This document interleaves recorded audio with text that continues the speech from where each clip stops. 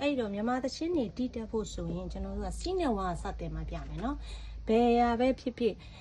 ကျွန်တော်တို့စားသင်မယ်ဆိုရင်လည်းဝါလုံးလေးတွေအရင်ဝိုင်းမှဖြစ်မယ်ဝါလုံးကနေစားမယ်ဝါလုံးကြီးမှကာကြီးကနေခါခွေးဟုတ်လားနော်အဲ့တော့ကာကြီးလေးရတော့ကာကြီးရရင်ရိုက်ချလေးထည့်မယ်ကားထည့်မယ်ဝစ်စနှလုံးပေါက်လေးနဲ့ပေါင်းမယ်အဲ့လိုမျိုးပဲမြန်မာသချင်းတွေတီးတာကို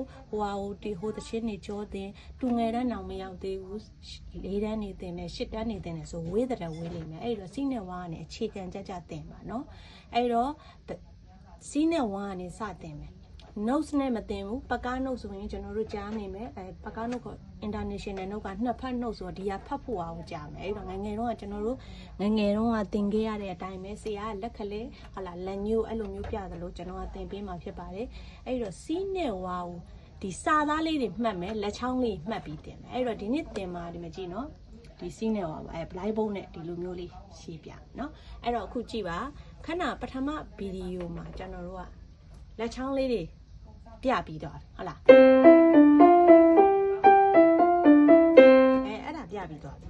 အဲ့တော့အဲ့ဒီကနေစပြီးကျွန်တော်တို့ကဘာတီးမလဲဆိုတော့စီးနဲ့ဝါတချင်းလေးစကြရလေ့ကျင့်ခန်းအဲ့ဒါပဲတော်ပြီများတယ်ဟလားလက်လေ့ကျင့်ခန်းနေတာဒီမတီးတော့ဘူးဒီဟာလေးပဲတချင်းကြီးမဟာဒေတာပဲတီးပါသူ့ဟာနဲ့သူရှေးဆေးရဆေးရများလုတ်ပေးပြီးသားပါလေ့ကျင့်ဖို့ပါနော်မြန်မာမှာလည်းရှိပါတယ်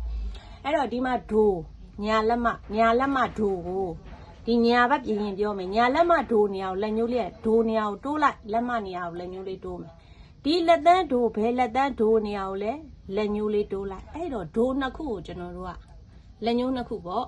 ဟုတ်ပြီနော်ထားလိုက်ပြီလက်ကိုဒီလိုလဲမဟုတ်ဘူးဒီလိုလဲမဟုတ်ဒီလောက်လောက်လေးလဲမထားနဲ့ဒီလောက်လောက်ဒီကိုလက်ရှိရင်လဲဒီလောက်လောက်ထိသွားမယ်နော်လက်အနေထားအဓိကကြပါတယ်စစကြီးအဲ့တော့စီးနဲ့ဝါစမယ်ညာလက်ခလဲလေးတီးလိုက်ဒီမှာညာလက်ခလဲညာလက်ကလေးကိုဒီလိုအမြောက်ပြီးမတီးဘူးနော်ညာတီးတယ်မတီးတာဘူးစီနောက်ညက်ဘဲလက်ညို့တီးလိုက်ဒီမှာတော့ဒီလိုနော်ဒီအလုံးကျွန်တော်ကမမြင်ရမှာဆိုလို့ဒီလိုလေးဆိုညာတီးတယ်လို့တော့မသိလိုက်ရအောင်ဟုတ်လားနော်အတိုင်းလေးဖြစ်အောင်လေ့ကျင့်မှာစီနေနောက်လက်မကဒီမဲ့ရွေရောက်နေရွေရဲ့တလုံးကျော်လက်မဝါအဲ့ဒါစီနဲ့ဝါပြန်တီးပြမယ်လက်ကလေးလက်ညို့လက်မ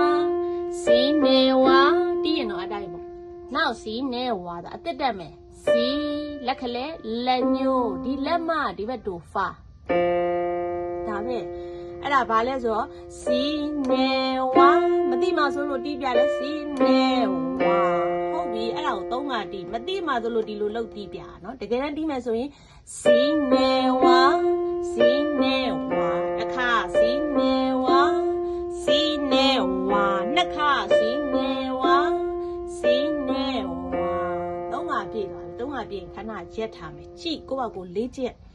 မြင်ဗီဒီယိုဖွင့်ပြီးပြန်အသက်တက်မယ်ဒီခါ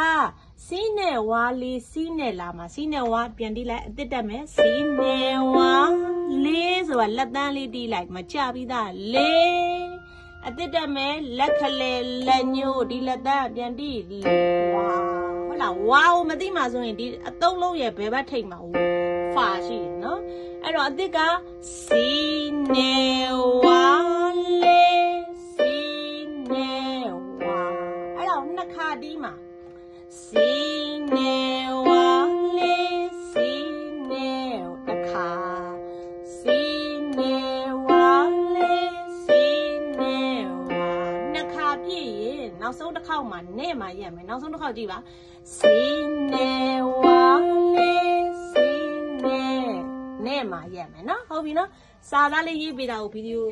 ဓာတ်ပုံလေးရိုက်ပြမယ်အဲ့ဒီတိုင်းကြည့်တီးပါအဲ့တော့အစကနေတစ်ခေါက်လေးပြန်တီးပြပါမယ်ဒီနေ့တက်တဲ့ဒီဗီဒီယိုလေးသင်ခန်းစာလေးနော်အဲ့တော့လက်ကဒီလိုလုပ်ပြီးတီးပြမယ်နော်ဘာလို့လဲဆိုတော့မမြင်ပါဆိုလို့နော်ဖြည်းဖြည်းနဲ့မှန်မှန်တီးပြပါမယ်